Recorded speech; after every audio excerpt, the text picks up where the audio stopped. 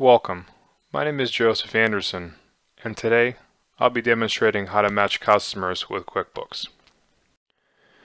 So a little bit about me. I'm the CEO and founder of Sync with Connex, and I've worked with QuickBooks for the past 12 years. I'm the principal software developer, and I started the Connex for QuickBooks project back in 2011. And since then, I've helped set up hundreds of customers with the QuickBooks Online and Desktop editions. Our first question of the day is, what fields does Connex match? Out of box, we match the QuickBooks Customer Display Name field. For QuickBooks Online users, we can also use the email, and online is a lot more flexible with the customer matching. With desktop, we can just use the QuickBooks Display Name field. Now there's many combinations available. You can match by the customer's first last name, you can do company, email, single name, or a parent job, which is a parent customer with a sub-customer. So even though we're matching the company from the billing address on the order, we're matching to the QuickBooks customer name field, and that's an important distinction. We're not matching company on the order to company in QuickBooks at this time. You can also choose to map the shipping company or the shipping first last name. If you're a ShipStation user or a lot of shipping solutions, they don't have a first last name field. They just have a line called name. We can map that name as is to the QuickBooks customer name field. It's one of the modes. It's called billing full name or shipping full name. And you can choose those modes on the customer's area of our software. And it's also available during our installation wizard. So let's say you choose a single name customer, and I'm going to talk about in a couple minutes how that works, or a parent customer. We have a section called Advanced Customer, and you can enter in a single customer name or a parent customer. Here you can choose, let's say, company name. So if your company was Sync with Connex, you can have all the employees underneath. Single name customer.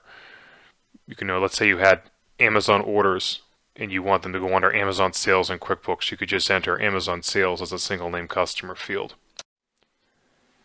I just want to show you a screenshot of what field we match. You can see in QuickBooks they have Amy's Bird Sanctuary in the display name as field, and in QuickBooks Desktop, the screenshot below, we have Sync with Connex under the customer name field. You notice that we don't match the actual first name, last name, or company. We just map display name as or customer name. So your QuickBooks company could be Connex, but your customer name could be Sync with Connex, and that's what we'd use to match. I'm going to give some recommendations in a moment, but if you were to choose single name matching, let's say Web Store, which is the default, this is how it would appear in QuickBooks. So you see that when you open up the particular customer, you're going to have Web Store in there, and you're still going to have the customer's billing and shipping address, but everything's going to be under one customer in QuickBooks. So you wouldn't have 30 or 40 customers for 30 or 40 orders. You would just have one customer inside of there. There wouldn't be any actual sub-customers. When you would open up the order, you would just see that there was a single customer called Web Store inside of QuickBooks. Now here's another example of your customer matching for parent job. In this example, the Freeman Sporting Goods is the parent, and these other customers like 55 Twin Lane or Ocean View Road are your sub-customers. You can tell because the 069 and the 55 Twin Lane are indented, so those are the sub-customers.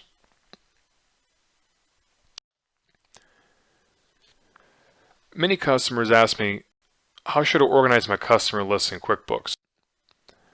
If you use QuickBooks Pro or Premier, the desktop editions, you do have a customer limit of 14,500, and there's no limit with the online or enterprise editions at this time. For personal experience, I have found that larger company files with desktop, such as 2 gigabytes, I have seen a lot of performance issues. They simply stop working or they're very slow. I'm not a big fan of having hundreds of thousands of customers in QuickBooks.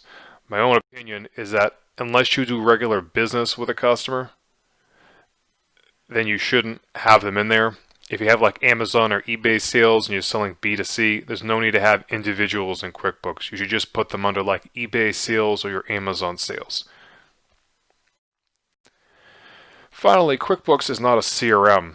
Most CRMs have a pre-built integration with your website, And if you're going to contact these customers and try to upsell them or get customer referrals, I recommend pulling that data from your website instead of doing a sync with your QuickBooks. And then when we pull the orders into QuickBooks, they're for accounting purposes, tracking the value of inventory, how much money as a company brought to your business, not for email marketing purposes. So what if your customers in QuickBooks and the selling channel are different? There's a lot of ways around this. Let's say your website, the customer enters in ABC Incorporated, and QuickBooks says ABC or vice versa. You can add a rule in Connex to say that if the customer starts with ABC, then map it to ABC. And you can add various rules in there to map maybe an ends with if the customer's company ends with ABC, various combinations that you can add. For QuickBooks Online, you can use email matching. So if your email matches one customer and not another, that would work. For QuickBooks Desktop, we can pull similar customers. So let's say you had John Joseph Anderson and Joseph Anderson. Those would both pull out, and then you can match the right one based on the email. Unfortunately, Desktop doesn't allow us to query the email or any of the field directly at this time. So going back to what I was saying about a single customer, if you use a single customer for your B2C sales, you eliminate a lot of these duplicate issues. Now, I've been asked from time to time, they say, Joe, for tax purposes, I need to have a list of my customers. If that happens and you get audited, I recommend having the auditor look at your website for individual orders and customers, and you can go back to QuickBooks and just have your single customer, your Amazon orders, and list out what's inside of there. The last idea is that QuickBooks can instruct us that a customer is missing, our tool can log the error, and you can just stop syncing the orders entirely. And I have provided a useful knowledge base article with this slideshow. It's under the missing customers area of our software. You can just check off that, don't create any new customers. We can send you an email once a day and log it out. So to summarize today's demonstration, we can match customers by the QuickBooks display name field.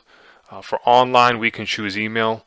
Unfortunately, with desktop, you're really limited and you can just match by the name field. As a workaround, you can stop syncing if the customer is missing, or you can add a rule that says that if the customer and the store in QuickBooks are different, just to map them to something else, like ABC Incorporated maps to ABC. My final point for today, and this is I feel is the most important, is that if you're selling B2C for Amazon, eBay, where they're one-off customers, just do a single customer like Amazon sales. But if you're selling a B2B, I recommend that you add the companies individually. So after this, if you're still experiencing sync issues, what's the best way to contact us? If you go to help.sync.withconnex.com, you can click on the submit a ticket on the top right, and you can just detail some of the errors that you have. What sync dates did you try? Show us any duplicate products, stock changes that failed to sync, and we will respond within 1 business day. Thank you.